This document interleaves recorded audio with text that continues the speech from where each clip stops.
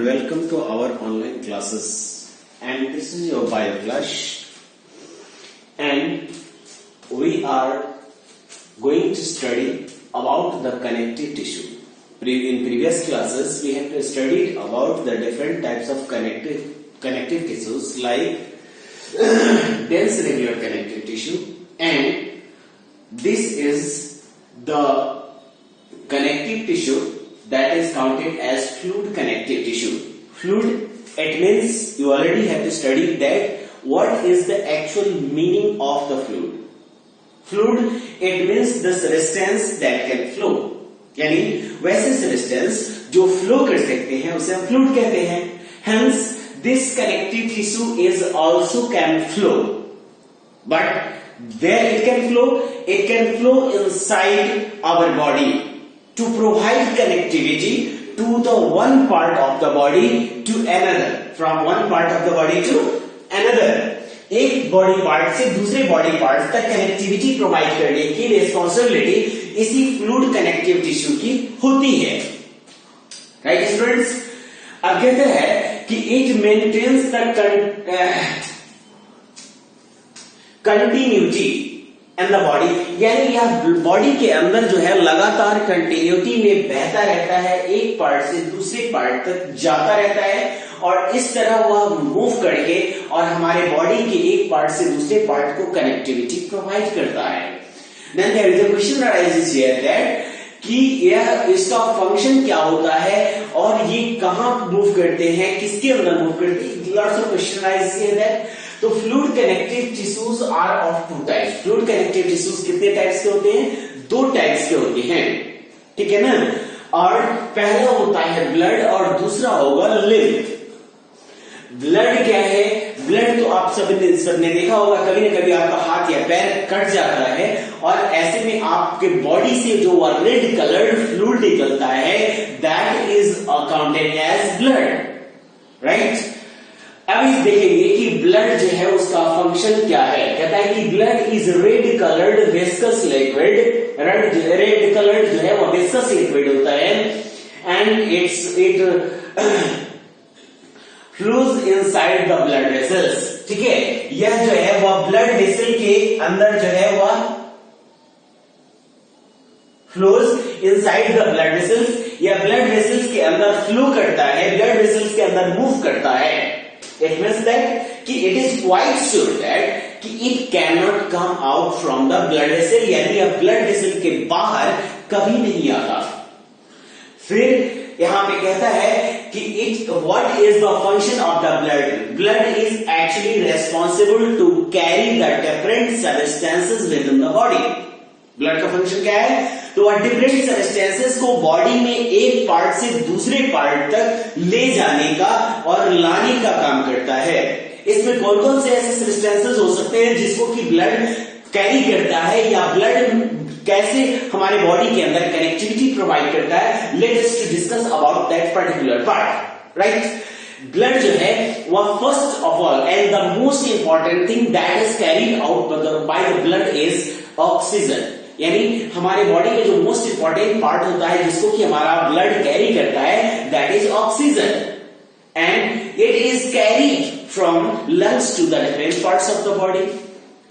It also carried hormones and enzymes from one part of the body, and hormone is a type of masses that is produced by different endocrine glands, and this masses can help to activate or deactivate the different functions of different body organs. यानी हमारे body organs के different functions को control and coordinate करता है और इस तरह connectivity provide करता है. उसके साथ साथ it also help to carry the different waste materials that are generated in the different parts of our body. यानी हमारे बॉडी में के डिफरेंट पार्ट्स में जो वेस्ट मटेरियल जनरेट होते हैं, that is also carried out by the blood. It means that कि it is very very important for us. And not only that, there are also a lot of function that is performed by our blood. Let us see. It is responsible for the transportation of different substances. We already have studied that. It has the two main components. हमारे blood के दो main components होते हैं. कौन कौन सी components होते हैं? तो इसका पहला पार्ट होता है that is counted as fluid part of the या liquid part of the blood, that is known as plasma. यानी ब्लड को पहले दो मेन पार्ट्स में डिवाइड किया जाता है. एक होता है प्लाज्मा और दूसरा जो होता है दैट इज कॉर्पसल. ठीक है, पहला जो हो जाएगा वह क्या होगा? प्लाज्मा, और जो दूसरा होगा that is called corpuscle. And अब देखेंगे कि प्लाज्मा क्या है, व्हाट इज प्लाज्मा. ठीक है, हमारे दो पहले पढ़ा था कि एक ब्लड सिस्टम और एक लिम्फेटिक सिस्टम, तो अभी केवल हम ब्लड सिस्टम को डिस्क्राइब कर रहे हैं. ठीक है, तो इसमें प्लाज्मा को हम मोस्ट इंपॉर्टेंट पार्ट प्लाज्मा को देखते हैं कि प्लाज्मा क्या है और प्लाज्मा जो है उसका फंक्शन हमारे ब्लड में क्या होता है. Plasma is actually the liquid part of the blood that is responsible to dissolve the different substances from one part of the body, and it is carried the particular substance from to another part. यानी इसका main liquid part कौन है? Plasma है. This plasma consists of almost 90% of water and rest of 10% of other dissolved substances. यानी plasma जो है वो 90% water को कंसिस्ट करता है और ऑलमोस्ट 10% जो है वो अदर डिजॉल्व्ड सब्सटेंसेस इसमें होते हैं. केवल प्लाज्मा की बात कर रहे हैं हम, होल ब्लड वॉल्यूम की बात नहीं कर रहे. ठीक है, एक्चुअली होल ब्लड वॉल्यूम का जो प्लाज्मा होता है that is almost 60% of whole blood volume. And the main component of plasma is water. And the color of plasma is almost straw colored. Straw जानते हैं ना? You have taken the cold drink and the tube-like structure that is through which we have to drink the cold drink, है ना? That type of liquid drink, and that is known as straw. तो उसी straw color का यह liquid होता है. कौन? Plasma. और यह इसका काम ही है कि substances को dissolve करना, चाहे वह nutrients हो, चाहे वो हार्मोन्स हो, चाहे एंजाइम्स हो, चाहे अदर सब्सटेंसेस वेस्ट हो, इन सभी को ये डिसॉल्व करने का काम कौन करेगा? प्लाज्मा करता है. एंड यहां पे लिखा भी है कि plasma is a liquid part of the blood that contain water and other dissolved substances. यहां पे देख लिया. नेक्स्ट है कि कॉर्पसल्स. ठीक है ना? Corpuscles are also counted as the cell. ठीक है, ये आप कॉर्पसल्स हैं. कॉर्पसल्स जो है वह 3 टाइप के होते हैं. ठीक है, 3 टाइप के कौन कौन से होंगे? आरबीसी होंगे, डब्ल्यूबीसी होगा, और एक लास्ट हो जाता है that is called platelets.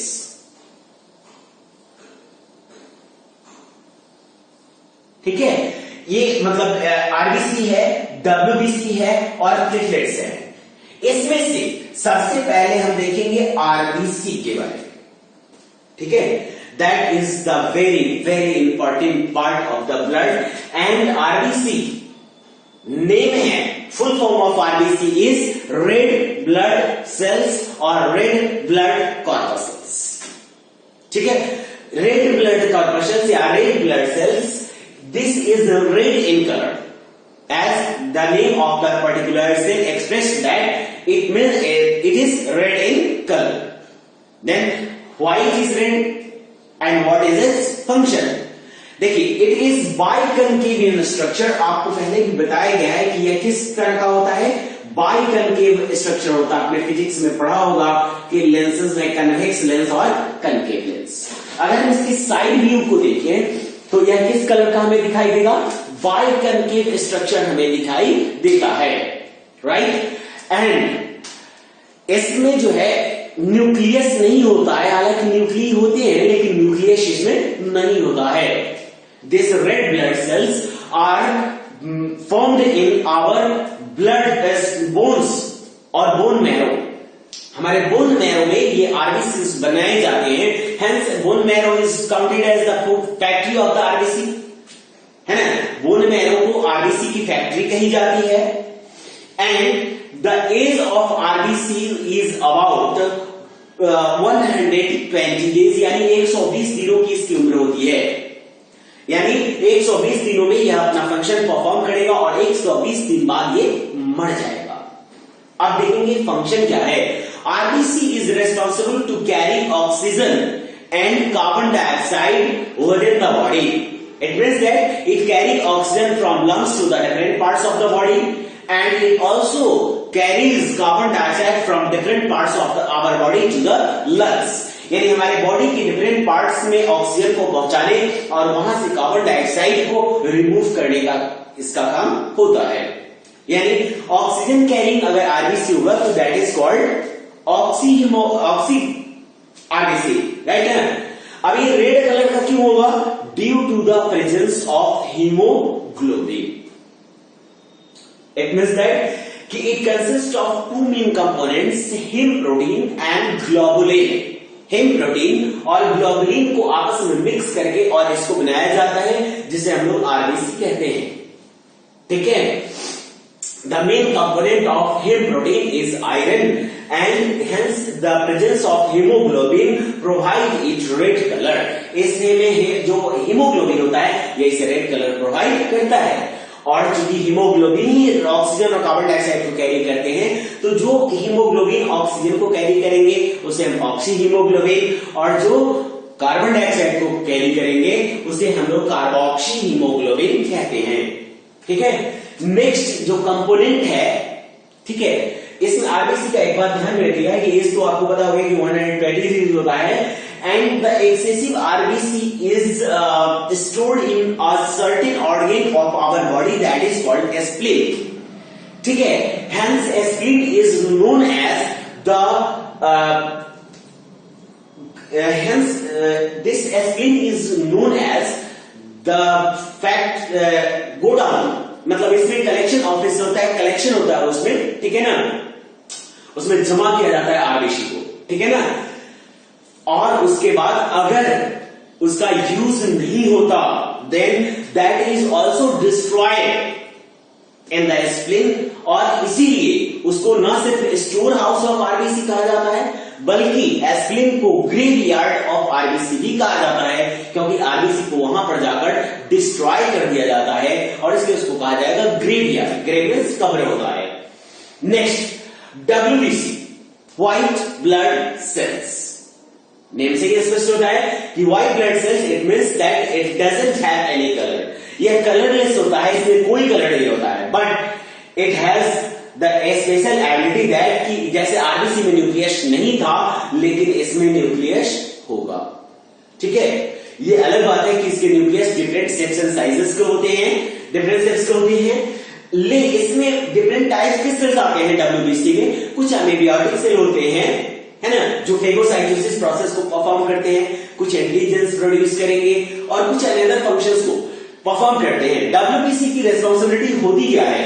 WBC की रिस्पॉन्सिबिलिटी होती है कि यह हमारे बॉडी को डिफरेंट टाइप्स ऑफ डिजीज से प्रोटेक्ट करता है, ठीक है। क्या करेगा ये?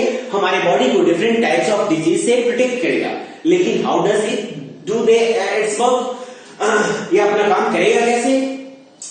तो ये जो आरबीसीज होते हैं, रेड ब्लड सॉरी डब्ल्यूबीसीज होते हैं, व्हाइट ब्लड सेल्स होते हैं, यह हमारे बॉडी में इंटर करने वाले सभी पैथोजेंस को जो है वह एनगल्फ कर लेते हैं, खा जाते हैं, या फिर यह एक खास सर्टेन टाइप ऑफ केमिकल्स को प्रोड्यूस करके, जिसे हम लोग एंटीजेंस या एंटीबॉडी कहते हैं, उसको प्रोड्यूस करके और वह डब्ल्यूबीसीज को मार देते हैं। और इस तरह यह हमारे बॉडी को क्या है कि डिफरेंट टाइप्स ऑफ डिजीज से, इन्फेक्शन से प्रोटेक्ट करने का काम करते हैं, ठीक है students.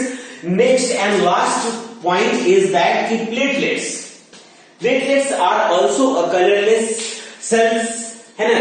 These are very minute and its responsibility is to clot the blood at the place of cut और वाउंड।